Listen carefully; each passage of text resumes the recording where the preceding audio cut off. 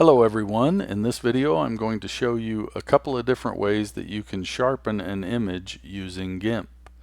But before we get into the video, I just want to show you that I'm using the latest version of GIMP and I'm using the default layout. So if yours doesn't look like mine and you want it to make it easier to follow along, all you have to do to get there is come up here to Edit, click it, come down here to Preferences and click that, and then this window will open. If you look under the Interface section, you'll see Windows Management, and if you click that, you'll get settings that you can adjust. Mine is set to Utility Window for the hint for the Docs and Toolbar. Activate the focused image, save window positions on exit, but then there is a reset saved window positions to the default values button. If you hit that and click reset and click OK, you should end up with what I have here once you close GIMP and restart it. So that's what I did. This is a new install, but I wanted to see if it kept my old settings or if it loaded the defaults, and this is the default. So if you want yours to look like mine, that's how you do it. Of course, you can leave it like it is if it's different, but it may make it harder for you to follow along because some of the stuff might be in different place. So what we're going to do is we're going to use an image that I generated with AI, and this image is right here, and this looks pretty good. I mean, even if you zoom in, I'm only zoomed in to 66.7%, but if I set this to 100, you'll see this image doesn't look too bad. However, once we sharpen it up, it's going to look pretty blurry compared to running these effects on an image. So I'm going to scroll back out by holding down Control and using my scroll wheel, scrolling down. That will zoom us out, and that'll get the whole image in the viewport here. So I like my layers to take up more of this vertical space, so I'm just gonna drag by pointing to these three dots, and you'll see my cursor changes into two arrows. If you point to that and then just drag that up, that's how you can adjust these. And everywhere you see one of those three dots, you can drag that in the opposite direction that the dots are going. So that's just kind of a little tip on adjusting the different parts of the interface. There's one over here too. You can do it over here in the tool panel. So let's sharpen this image. I'm going to show you two different ways, and the first way is very easy. It's very quick. It takes just a few seconds. You select the layer that you want to sharpen, and you come up here and you just use a filter that's under the Enhance section, and it's called the Sharpen filter. Now watch what happens to the image when I click this. I get a dialog box, but it already is sharper looking. If I turn the preview off, watch his face when I turn it off. Did you see it got blurry? It wasn't really noticeable at the beginning, but as soon as you sharpen it, it looks a lot better. So you can adjust these settings and tinker around with it on an image by image basis. But that's how you sharpen an image. You just, once you get it set to where you want, you click OK and it locks it in. Once that's locked in, you'll see over here on that layer you have this little icon, that's an FX icon for effect. It's an effect, and if you click that, you can do certain things to the effect. You can hide it, and it basically turns it off and stops it from acting on the layer, or you can delete it. You could merge it. I think that means to lock it in with the layer. I don't want to really do that right here, but well, let's just try it. Yep, that's what it does. It locks it in, and now it's a permanent part of that layer. you can't turn it on and off anymore. So I'm going to Control Z and put it back like it was, because the other way I'm going to show you, we're going to have to remove this effect.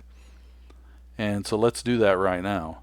Just click the FX and then come over here and click the remove the selected filter option, that button, the X button, and that gets rid of it. Now we're back to the original. So the other way is my personal favorite way of adding or sharpening images in GIMP. This is the way I've always used. Even when I was working in Photoshop, I would use this method. And all the different ways that I've learned how to sharpen images, this is the one I find myself using. It's just, in my opinion, it's more flexible because you don't have to lock it in. You don't have to,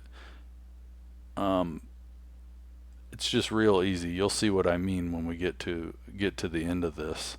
So if you select the layer that you want to sharpen and come up here to the filters menu, we're going to select another filter, and it's in the same area. It's in the enhance section of the filters, but it's the high pass filter. Instead of coming down here, we stop up here at the high pass, and then this dialog box pops up, and you can edit these settings, but I'm just going to leave them as they are. Click OK. And so now you have this funny looking layer that actually we should have duplicated the layer, because you want to work on a copy of the image, not on the actual layer. That's the whole benefit of doing it this way. So my apologies.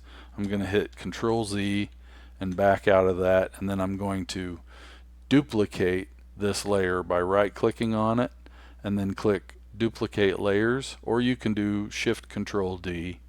I'm going to click that and duplicate it, and this is the one we want to work on.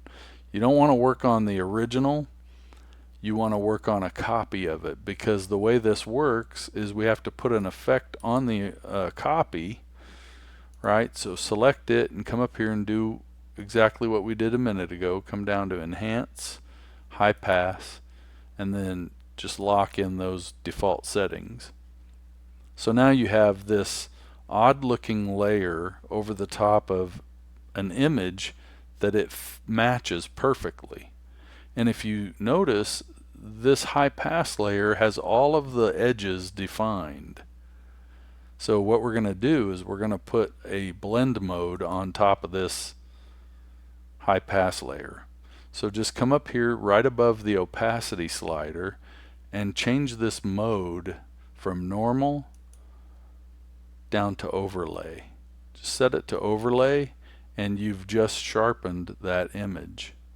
The only difference is it's on its own layer, and it's still an effect, but it's not an effect that we ran on the original. We ran it on a copy. So you can turn this off and on really easy just by clicking this visibility icon. See how it gets a little blurry?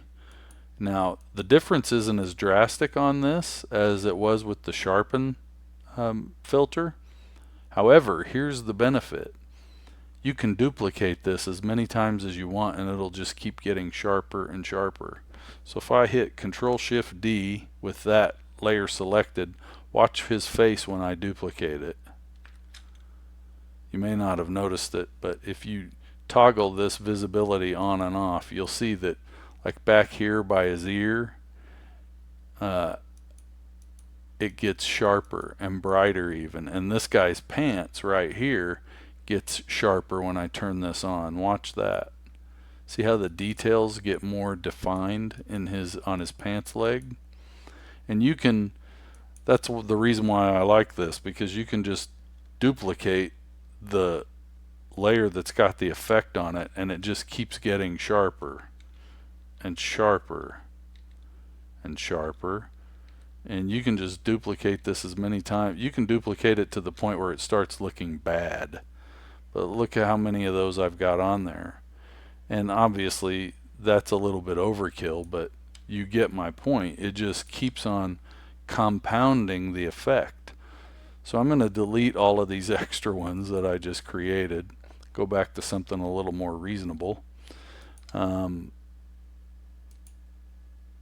But that's two methods. You can either use the filter for under the enhance menu to sharpen a layer, or you can run a filter on a copy of that layer under the same enhance menu on the high pass section, and then just lock it in and then duplicate that affected the layer that has the effect on it, and it will allow you to fine-tune how sharp your image is.